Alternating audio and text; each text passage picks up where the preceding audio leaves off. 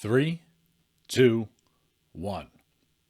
Welcome to Bellwether. Thank you for joining again this week. This week, I have a guest, another guest, and I always give you really good guests because I'm very specific in the way I pick my guests. I get guests that I think are going to be impactful for you, and this week I have the author of Women of Color in Tech, Susanne Tedrick. We talked a lot when I talk about guests, and the reason I bring guests on is because I like to pick people who will challenge the way that you think. I don't just get any guest who wrote something, great or did something impressive. We can all do impressive things. I like people who do impressive things, but they can also teach you to do something or think in a different way that's going to be impactful. And that's really where Susanne comes in. Susanne is a technology executive. She works at Microsoft. She does cloud computing. She does all of this great stuff.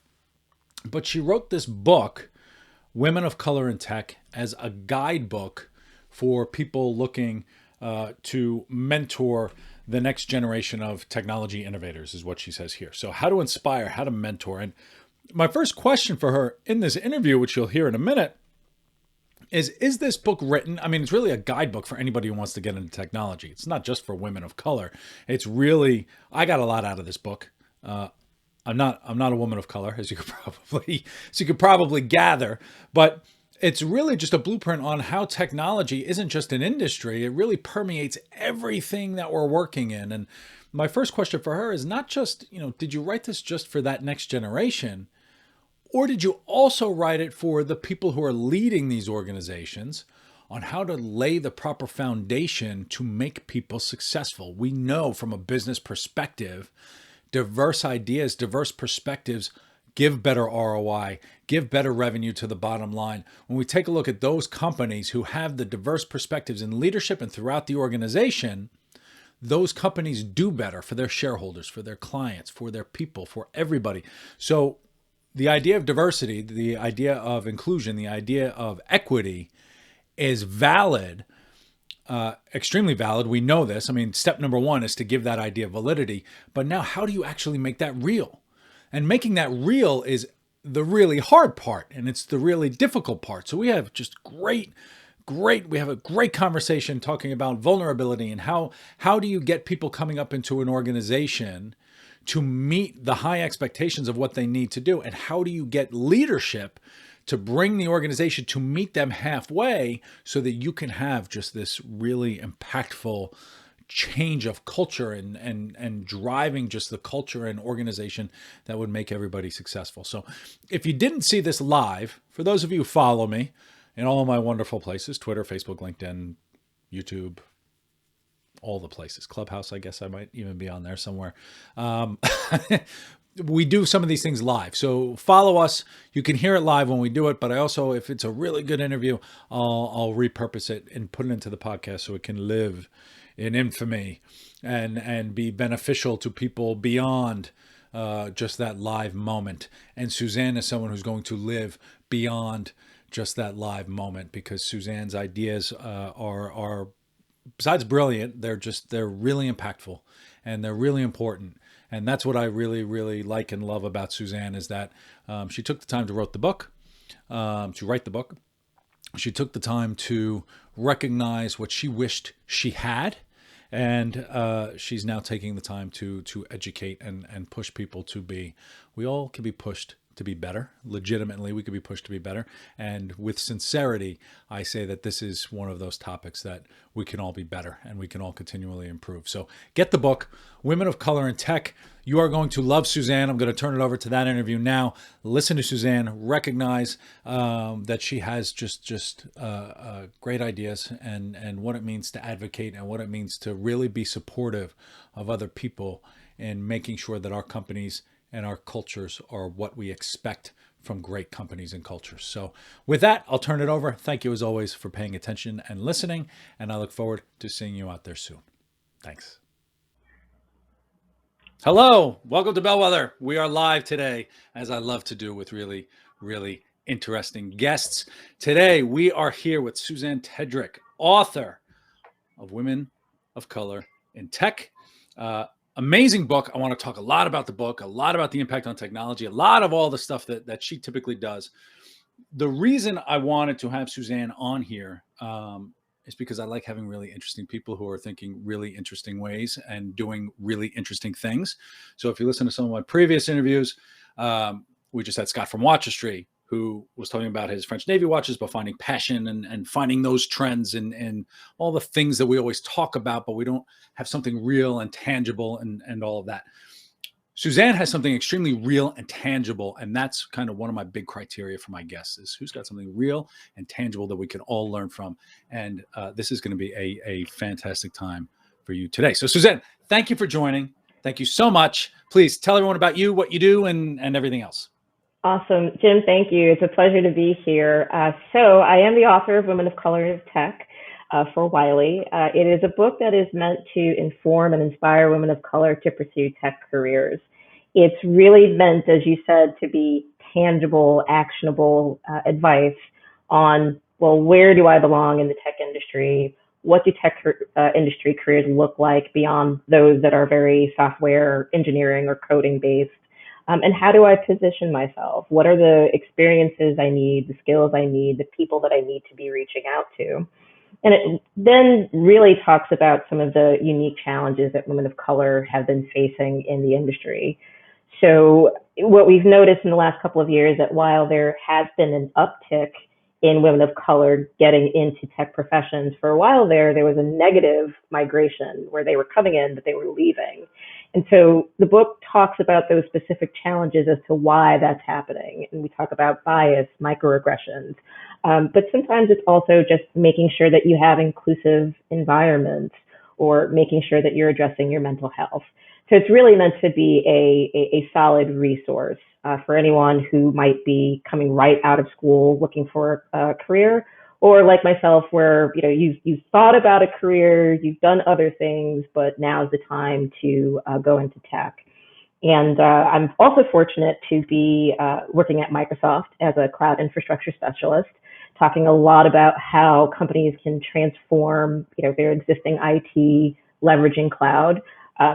Sometimes my conversations are more about cost or efficiency, but then helping them realize, hey, I can do some really neat and innovative stuff with data, AI, IoT. So really just painting the picture of the art of the possible for clients. I love that, the art of the possible. and what's great about that is from a real technological perspective, like you're in it, you get it, and you're doing it for your clients, but the art of the possible goes into the book as well, right? And I like how you talked about two different things. It's a blueprint for women of color, but as I was reading through it, not a woman of color, I was getting a lot of things from this to say this is a blueprint for anybody, really. And what I like about what you just said is you've got the corporate culture, which is supposed to bring out the best in your people, no matter who they are, right? Everyone brings these different perspectives, and that's what every leader is aspiring to, and it's what everyone talks about. But the real tangible way to do that is kind of muddled. But then you also talked about the mental health aspect of what the employee brings. So these two areas need to meet. There is advice across the board. What's your balance between educating that next generation coming up to say, young women, you can be successful in tech. Let's focus on your mental health. Let's focus on what you're bringing in. But then also the senior levels of an organization, I'm educating you as well on how to make these people successful and give them the platform. What's that balance for you? Yeah, it's work that I enjoy doing for both. So I spend a lot of time mentoring informally and formally wherever I can for women of color and people of color who are just like me, trying to figure out what does a tech career look like for me, what makes sense.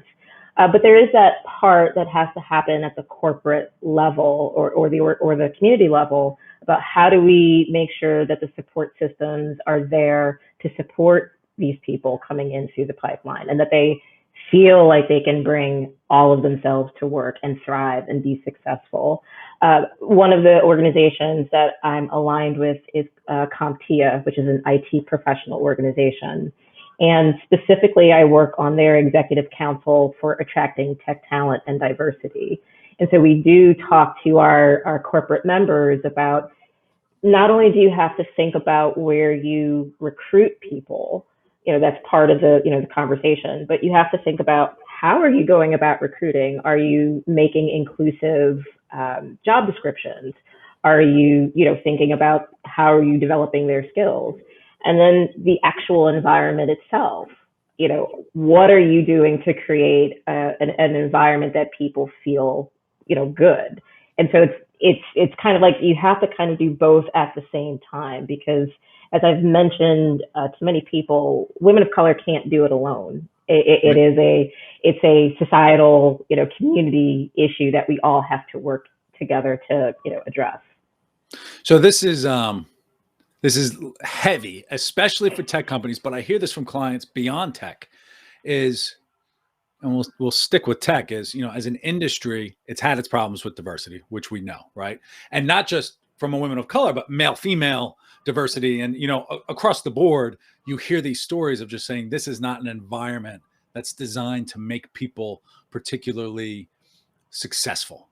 And so how do you, I mean, is this a level of real heavy conversations that leadership actually needs to have on saying, what are we actually standing for? And how do we just rip this Band-Aid to make it, you're not just going to patch it up here and there to say, oh, you know what, we did this little bit.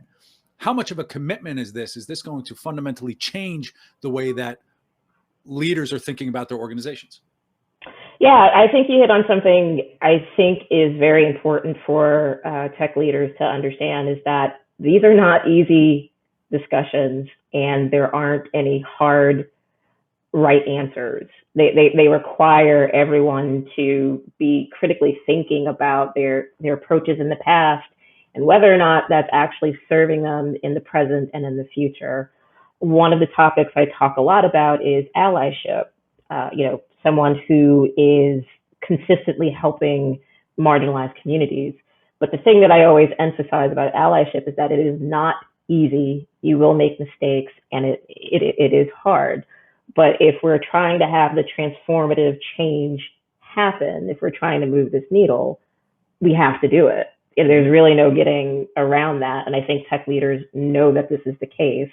The events of last year with the killing of Ahmaud Arbery, George Floyd, I think really emphasize that we've got to have these critical discussions, and we have to have a level of not only saying what we need to do, but a level of accountability and actual action. Yep. Now, how do you see, so George Floyd and all of these, the horror of the past year and everything that went on, I do feel like the concerns that had been expressed before were finally being seen with a certain level of validity. Okay. And people started to say, oh, you know what? Maybe there's actually is something to this, and maybe we're not doing enough. And there were more and more stories that were coming out about, here's my personal story, and everybody seemed to have a story and everything else. So when you look at leadership to say, yes, we want to hear these stories, yes, we want to do that, then seeing the decisions that actually have to be made to make that real, suddenly they're saying, well, that's maybe a little too far, right? I don't want to go that far. How do you, is this bringing more people into leadership positions? Is this setting up some way that they can actually push the organization in a way and actually be that ally and champion for the right way it's supposed to be? Do you have any advice for people like that? Yeah, and again, for each organization, it's tricky what it ultimately looks like and what has to happen. I try to think about, there was something that a life coach many years taught me. It's the idea of the bigger yes.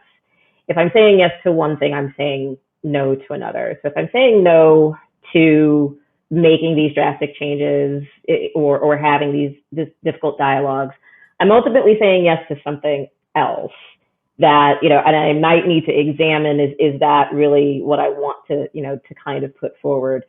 For me, when I think about technology organizations and when it comes to diversity, equity, and inclusion, I feel like it's you don't have a choice, and it's not from a social imperative; it's from a business impact imperative.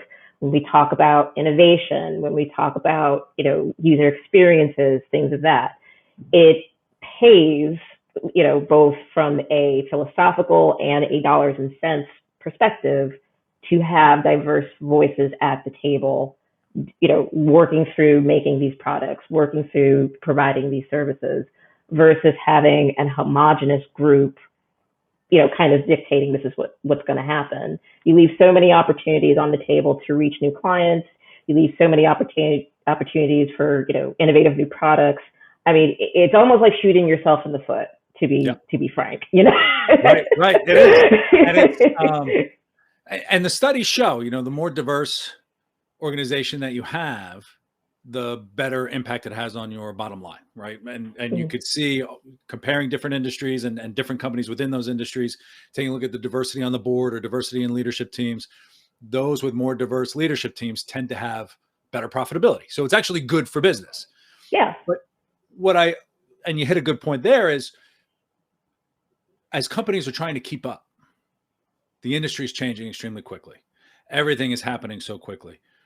You need those different perspectives to help you stay at least caught up with the curve, if not ahead of it.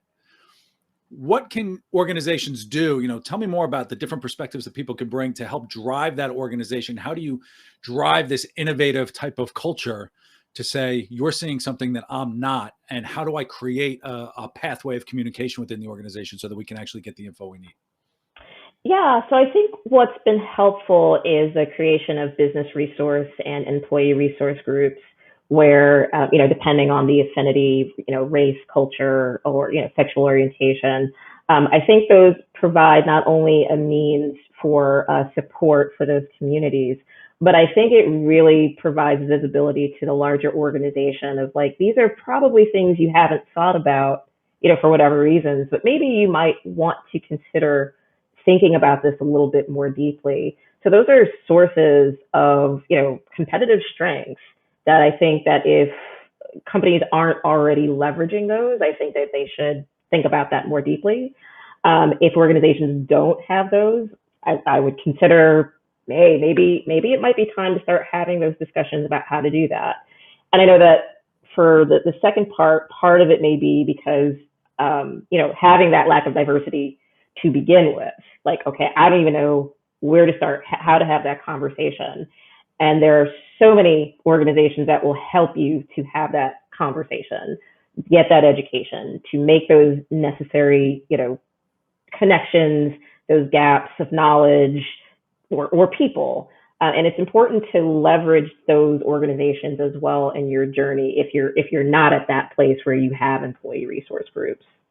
And then, so to get started, and one of those is we have this ideal vision of what the organization could look like, right? But I don't think anybody can just say, hey, this is over. We've tackled diversity. We've got enough people. So this is actually an ongoing conversation, and we should think about that in a different way versus I need set people in this particular place. Give me your perspective so that we could be profitable. Is more about what incremental changes can we make and learn from it as we continue to evolve, what our expected is going to be. So we can find those groups to help us start that conversation. Yeah, so just thinking about it from a, just pure business, like no technology company is successful by remaining stagnant. They always have to have those continual improvements of innovation, agility, so on and so forth. And diversity, equity, and inclusion is no different. It's going to require an ongoing discussion, people really learning from each other. I think for some people, when I tell them, like, as someone who is an ally to other groups, I am learning as well. We are all learning, and we're all just trying to be better so that we can help support one another. The moment that I go in with a less than continuous learning mindset, that like I know everything and that's not good. No, right. Yeah, it's not going to work. It's not good at all. I don't remember if it was when we had initially talked about this. You talked about how you personally felt the need to exude perfection rather than vulnerability. And I hear that often from executives. I need to have all the answers. And it leads to this standstill of saying, I don't have the answer, so I can't make a decision. The learning mindset, how do you define this vulnerability and learning mindset, how do you get people to make learning their own, take ownership of learning, where it's okay to not have the answers? Great question. I think it's important that in environments that it cultivates a learning atmosphere. And what I mean by that is when you do fail or you get something wrong, that the repercussions or consequences are not like punitive, because people learn from past behaviors. It's like, if I make a mistake here and you react harshly, I'm probably going to be less inclined to do that again, but I'm not going to take any risks either. And so it's really important for organizations to really embrace that people will fail, people will get things wrong. And rather than taking that as an opportunity to punish, that's an opportunity to teach and to make better. And so the same thing applies in your personal life. Like, just remembering that technology takes time to learn. Learning how to be a great ally takes time to learn, and you're not going to get it right all the time. It's not a matter of punishing yourself when you miss the mark, but it's, what could I have done better, for next time? What would have been a better if I had approached this again? So that's where the real continuous learning happens. Yeah. Now, continuous learning from the top of the organization, right? We think about organizations as this living, breathing thing, right? We've got, yes, we can be the CEO of a company and say, I want to learn. But then when you go down level to managers, where the real learning needs to happen, it kind of gets dysfunctional, right? It might change based on whatever. But this is also part of your advice for the next generation as well, of saying this is something that you need to learn as you're coming into an organization, on saying you're not expected to have all the answers, but it's not really that simple, because for a woman of color coming into a technological organization, do you feel added pressure to not be vulnerable because you need to at least exude a certain level of confidence in order to be successful? How does an individual coming up, and what advice would you have for the next generation to say, you are capable, you are able, you can ask questions, to get that comfort level and almost like an imposter syndrome, get past that? Yeah, that's a tricky one, because actually that was one of the things I struggled with during the writing of the book, because you're right, for Black women, there almost is this expectation of excellence at any cost. And it can be damaging. It can be very damaging, because when inevitably something does happen, you tend to internalize it and take it much more deeply and personally than perhaps was warranted. But at the same time, it's true that the more that you're open to making mistakes and having that learning mindset, the more successful you will be in your career. So I think the best two pieces of advice that I can give for other women that are coming in: have a tribe, have your network of people who are going to be the people that will tell you that you can do it, know that you can do it, push you when they need to, but provide a shoulder or an ear when you need it, because you definitely will need that in the course of your journey.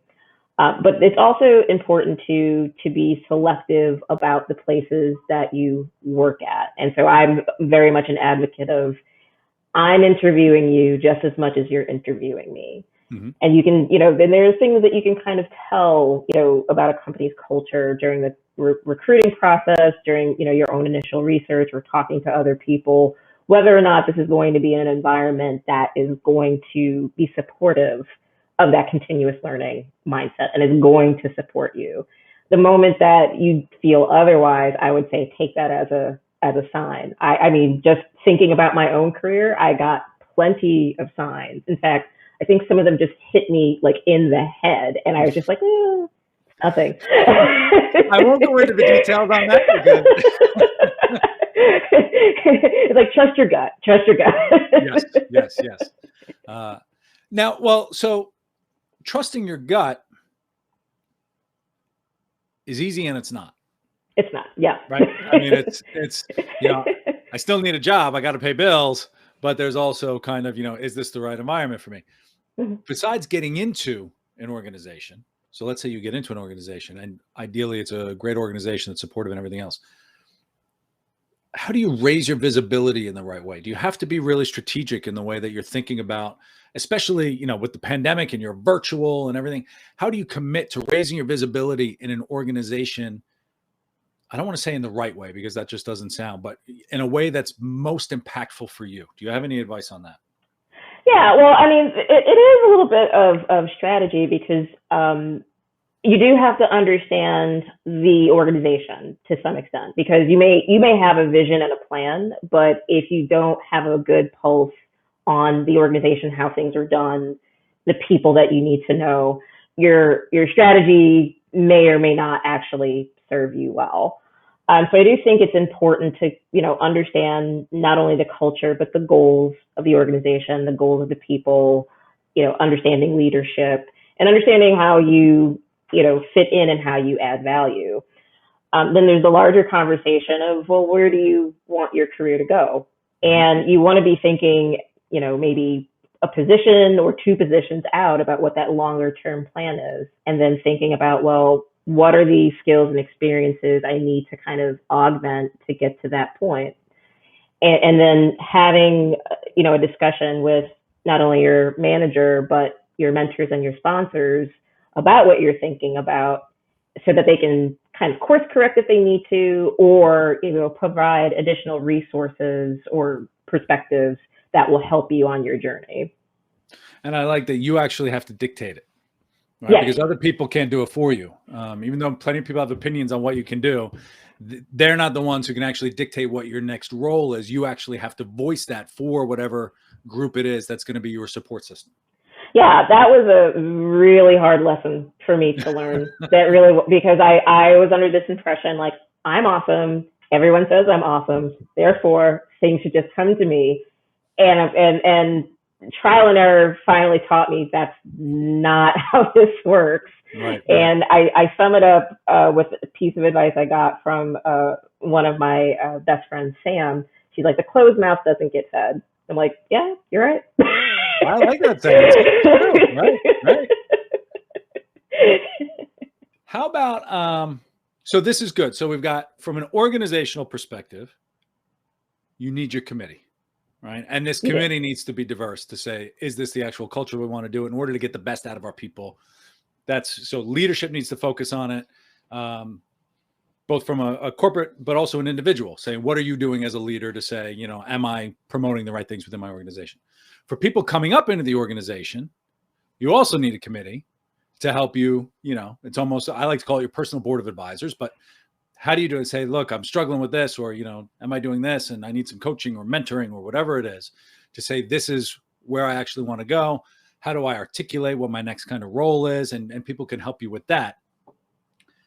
Beyond those, going into, I guess, beyond demographics and people, what's next for the tech industry? And what do you see as, where should everyone be focusing their attention and beyond just maybe the people perspective? What's next for tech? And I know you're going to say cloud, something with cloud, but I don't know why you would say that, but whatever do you mean, Jim? so yes, in full transparency, I think this is a great time for cloud computing. I think cloud has always kind of been positioned as this digital transformation kind of lever for many enterprises and organizations. Yep. But I think with the events of last year and even now, I think we're starting to see the necessity of cloud computing, how much, not even just for innovation, but just operations and keeping mission critical, tasks and workloads going. We now know that cloud, you need it far more than you think you do. Right. So I think cloud is always going to be in the picture for many organizations for a foreseeable future. And we're going to start to see a lot of innovation there in terms of, I don't know if you're familiar with serverless computing, but rather than committing. But I will be after this interview. I'm going to go look it right up. But with things like serverless and infrastructure as code, it's more of a thing of, rather than committing to a month's worth of cloud computing resources or a year's worth, I spin up some code, I do what I need to do, and I shut my resources down. I save money, I save time, I save headaches. So I think we're going to see more of a conversation about that. But aside from cloud computing, I really think artificial intelligence, I think is really, if it hasn't already come to the fore, I think it is now. And I mean true artificial intelligence, where we have machines just kind of thinking on their own, reacting on their own, reacting to situations and so forth. We're using AI to a fair degree now for just kind of more mundane things, but a lot of that still requires human interaction. So I'm the person that's kind of programming, how the AI bot does what it's supposed to do. We're getting to a point now where we don't need to necessarily do that as much. We kind of give the thin framework, and then like, okay, I'll take it from here. But with that, we do need to be careful about making sure that the AI is being equitable to all groups. Yeah. And that it's not compounding existing biases or other negative things that come with it. But I definitely think AI is a place that we all should be watching out for. And I would never have thought of that until I recently read an article about how AI could intrinsically be biased simply because of what it's learning from.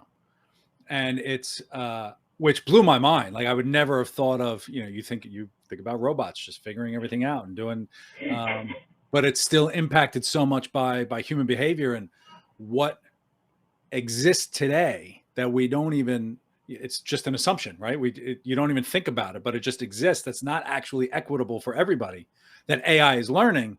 And all of a sudden you have to go back and say, wait a minute, that's not actually. Yeah. And we do need to keep an eye on bias, because as AI is becoming more and more ingrained in a lot of our everyday, workings, what we could see is some unintended consequences. So like when it comes to, legal affairs, when it comes to credit, when it comes to housing, when it comes to jobs, AI can have an impact on already existing biases that are present in all of those particular areas. So we don't want to further compound what's already there. I love the saying unintended consequences. I feel like I've heard that, for everything. And it just shows that things are moving so quickly. You almost have to give that little clarification to say, you know what, unintended consequences, but we're making progress. And that's cool. But it's got to be the right progress, and we have to, it's important to watch it. You said something a second ago, like, oh, I'll just spin up some code. I'm not going to. So now I'm thinking of my 4-year-old saying, how am I going to teach her to just spin up some code, right? Because, so what would you say to young women looking to get into, she's 4, she doesn't even know what a career in tech really means, but you'd want, maybe for parents or for young women, maybe in high school or college, thinking about a career in tech, this is going to change so quickly. What advice would you have? What would you say to them? Are there other industries beyond tech that maybe they should also consider pursuing? Where should they be focusing their attention? What do you think? Yeah. So I'm actually going to start backwards from what you said, because so I think a lot of people just think of tech as this like monolithic industry, but the truth is tech is in everything that we do now. Like, it's in fashion, it's in medical, it's everywhere. So I can't think of any industry that isn't using technology to some extent. So that's why I tell people, broaden your pie of what a tech career looks like, because it can be in another industry, but it could be very tech intensive. And it doesn't necessarily need to be at, one of the Fortune 500 technology companies. It could be a startup. It can be anything.